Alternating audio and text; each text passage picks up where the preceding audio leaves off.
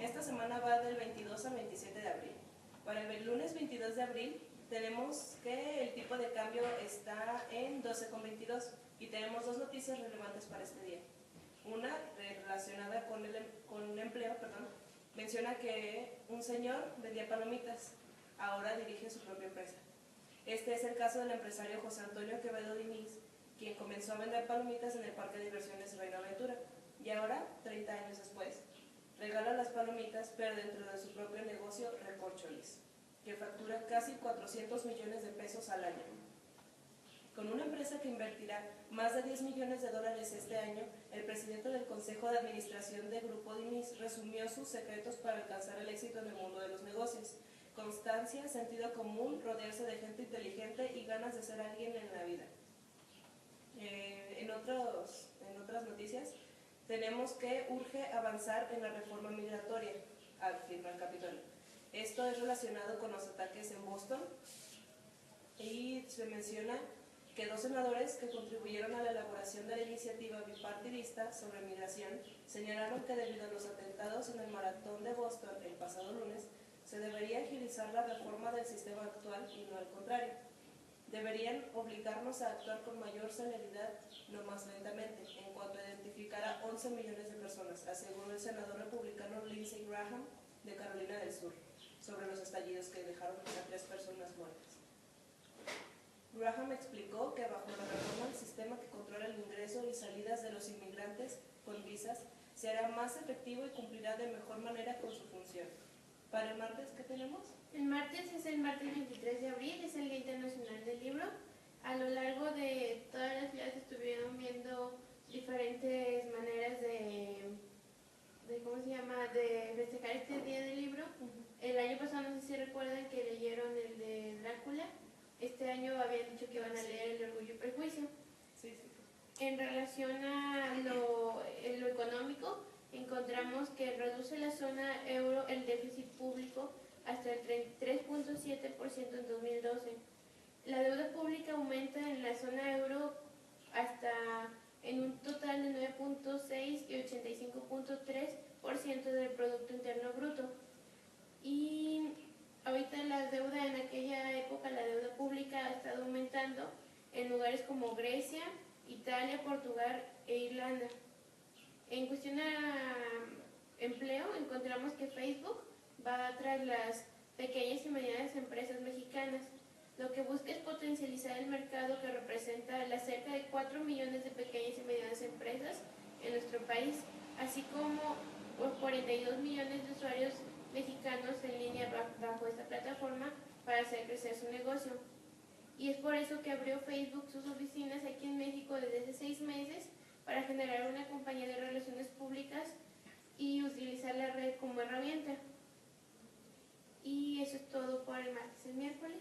El miércoles se ve que la reforma en telecomunicaciones generará beneficios en 10 años, esto dicen analistas. Deberán pasar alrededor de 10 años para observar resultados en la reforma constitucional en manera de telecomunicaciones, dijeron analistas, quienes señalaron que aún así no existe total certeza de que se genere un entorno de mayor competencia en el mercado, ni que haya menores precios en los servicios o más pluralidad en contenidos de televisión abierta. Salomón Padilla, integrante del panel de analistas del Centro de Estudios Espinosa Iglesias, en sus siglas CEEY, y vicepresidente de la Asociación de Redes de Telecomunicaciones de México, por sus siglas ARTM, afirmó que aunque la reforma establece plazos de 180 días para diseñar las leyes secundarias y otros elementos que darán viabilidad de operación a la minuta, no existe garantía que esos plazos se cumplan a cabalidad. Nadie sabe cómo vamos a llegar a esas metas, no hay garantía de que exista más competencia, de que haya menores precios en los servicios, ni mayor pluralidad en los contenidos de la televisión abierta. Eso señala Salomón Padilla. En otras noticias, interesa a firmas colombianas Moda en México. Entre 30 y 35 empresas de moda colombianas arribaron a México con el propósito de identificar alianzas comerciales con inversiones locales y con ello conquistar el atractivo mercado que se ha convertido en nuestro país. Mediante el modelo de franquicia maestra, distribución e inversión con participación de terceros, buscan emular el éxito y el plan de expansión que han tenido en los últimos años plataformas como Punto de Mar, Estudio F, por mencionar algunas, que también son colombianas, las cuales ya cuentan con una red de unidades del territorio nacional, o sea, ya son marcas conocidas en nuestro país. La coordinadora de negocios e inversión del Instituto para la Exploración y la Moda de Colombia, Inexmoda, Carolina Fernández, expresó que la visita a México es estratégica, ya que nuestro país ha sido actor importante en esta industria colombiana. Ya, todo por mí. Ok, y para el jueves tenemos también dos noticias. Una mencionaba que elevará Infonavit monto de sus créditos. Y dice la noticia, su consejo de administración aprobó subirlos un 31%, y la asamblea lo discutirá hoy. Dice, derechohabientes podrían pedir financiamiento y diseña el esquema para adelantar pago a constructores. Dice la noticia, ello permitiría que un trabajador que gane desde 10.827 pesos al mes o más acceda a un crédito tradicional de 458.500 pesos y no de 354.366 como opera hoy. O sea, esto ya es un gran avance. Si se dan cuenta, son más de 100,000 pesos lo que van a avanzar. Añadió que el sector gobierno del Consejo del Infonavit también presentó como propuesta redefinir el modelo de evaluación integral, en siglas MEI, el cual incluye la revisión del historial crediticio del trabajador en el buró de crédito, el cual entraría en vigor en enero pasado, pero se pospuso. Se estima incorporar una demanda potencial de 33 millones de personas, más o menos, y es estimado. Dice en otras noticias, México, entre los 5 mercados más importantes para YouTube. Alrededor de 30 millones de mexicanos, lo que equivale a 77% de usuarios de Internet del país, visitan diariamente el portal de videos de YouTube, con lo cual México es uno de los 5 mercados principales para la empresa filial de Google. O sea, que la población mexicana realmente sí aporta bastante al mercado cibernético de esta, que es lo que engloba Google. ¿Para el viernes? Para el viernes tenemos que se aprueban reformas a la ley del Seguro Social. Esto es para terminar con la opacidad, doble contabilidad, conductas abusivas y evasión de las empresas en perjuicio de los trabajadores. Ese es como el fin del dictamen.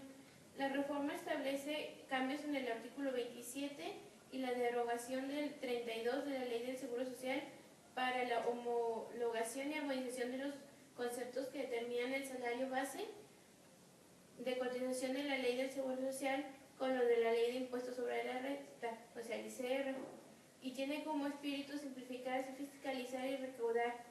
O sea, todo esto es como para minimizar abusos.